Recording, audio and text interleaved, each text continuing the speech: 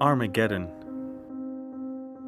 In our collective perception, it is one of the strongest and probably the most dramatic symbol of the end of the world. But for me, Armageddon is not an abstract concept. It is my reality. I literally live on the edge of Armageddon. This is my house. And this is Armageddon.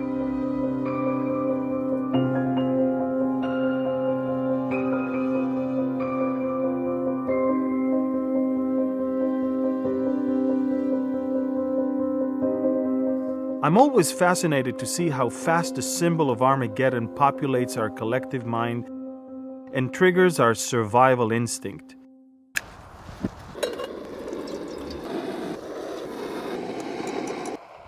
The term Armageddon is a scary term, and if you want to describe something catastrophic, something that might extinct humanity, something that might bring an end to the world as we know, that's the term you're using. Sometimes financial Armageddon, sometimes spiritual Armageddon. Hey Ariel. Hey Abba. Armageddon, more than a place, it is a concept. Get you some coffee. Yeah, I'd love some. Yeah, wonderful. Thank you. So,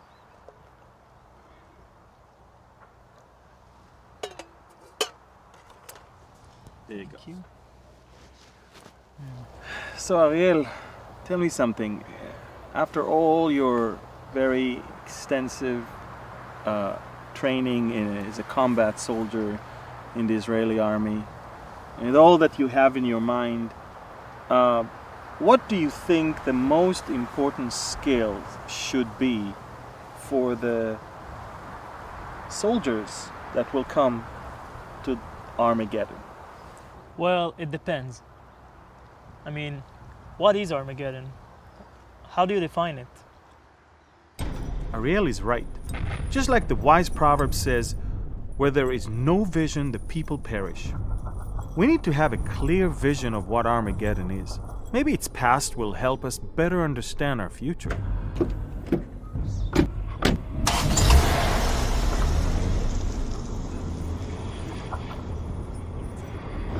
We just entered into the vicinity of the Valley of Armageddon, the Jezreel Valley. All the way from the left to the right, this beautiful flat area, roughly 150 square miles.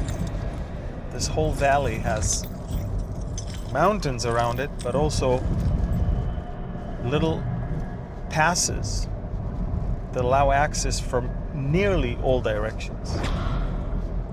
And that is, by the way, why this valley was so desired throughout the course of the years. Anyone who controlled this valley literally controlled the trade of the entire ancient Near East. And that is exactly why almost every ancient city that we found here had at least 15 layers of settlement. 15 different times it was destroyed and built and destroyed and rebuilt, simply because as long as the roads were important, there was a necessity for the city to exist. I would say that we all, or at least those of us who are concerned about the future, in one way or another, are seeking to discover God. Each one of us chooses his own path, whether it is science or philosophy, self-discovery, religion or faith. We all are looking for the answer to one simple truth: how can we survive and ensure our existence? And it is not a rhetorical question. For many generations, the concept of Armageddon was the basis and motivating factor for many scientific discoveries, which included academic, social, and theological research. Countless hours of work have been invested in the attempt to understand how to adapt to the times of tribulation.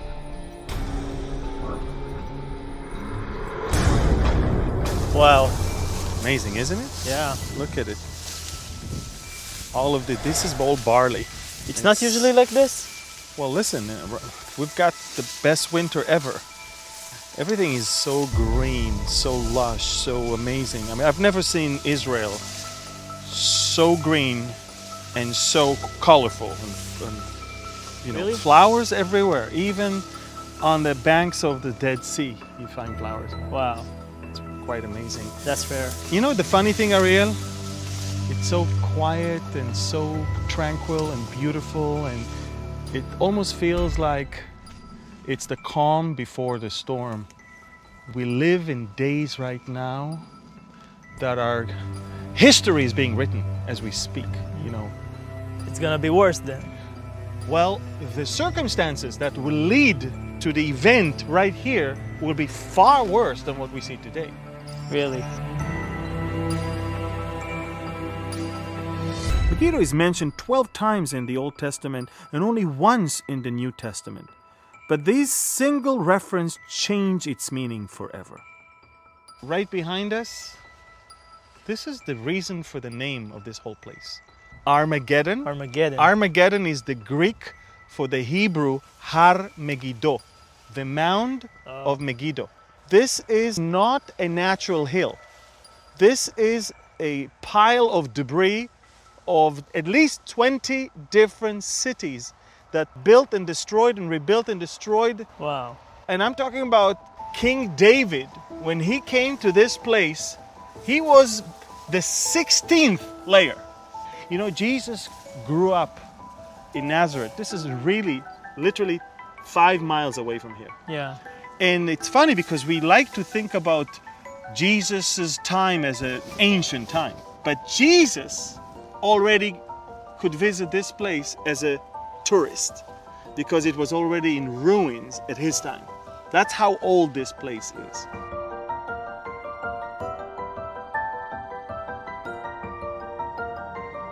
Napoleon was here in 1799, and he looked down and he said, this is the most perfect place to gather armies from all over the world. Look at how vast this valley is.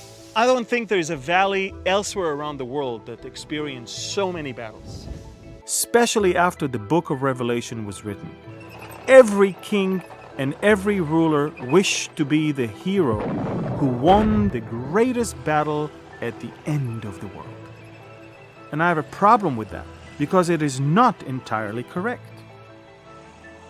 I'm going to take you all the way to the book of Revelation, which is the only book where the word Armageddon appears. In the book of Revelation, Where? in chapter 16, and they gathered them together to the place called in Hebrew Armageddon. This is the perception of people. This is what they're afraid of. This is what they make movies on and write books on, and they think this is the end of the world. But in reality, this is just the gathering place, not more than that.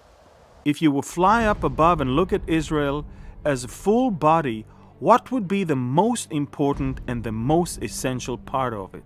Jerusalem. Yes. And looking at the Bible, you read that the final and the most existential battle of Israel is the battle about its heart, and it is not the actual site of Armageddon.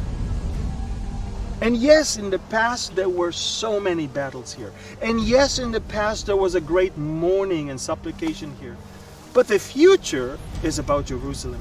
The battle will be in Jerusalem, and the mourning in Jerusalem will remind people of the mourning and the crying Here. that used to be right here. Even in the book of Revelation, when he speaks of Armageddon, couple verses later, the camera moves all the way to Jerusalem.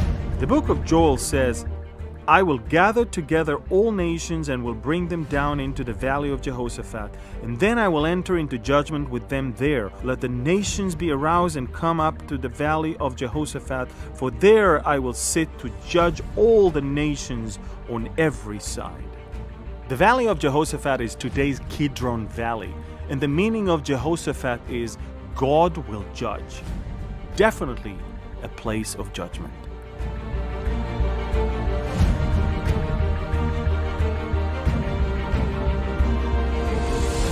You asked me earlier this morning, What is Armageddon? Armageddon is all in the minds of people. So many people today, they live in fear and anxiety because they think this is it. There's going to be a war in Armageddon. The end is there. The end is here. But in reality, what they need to look for, hope for, pray to, and follow is God. And not symbols of great heroic stories of survival.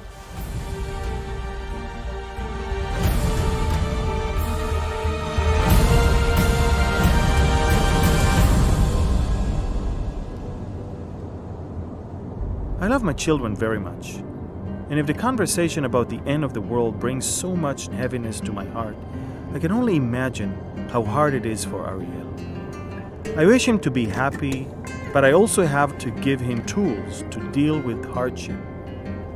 And to reveal him the biggest secret that holds us all together, I would tell him this. Faith in God is not something forced on you. It is your choice. True faith is not merely giving yourself to religious laws or ancient story tales. True faith is an essential God-given practical instrument in your toolbox of life. It helps us to focus on what's really important. Calling on God is what defines our truest humanity. Because if God is our final answer, our survival and well-being depends on Him.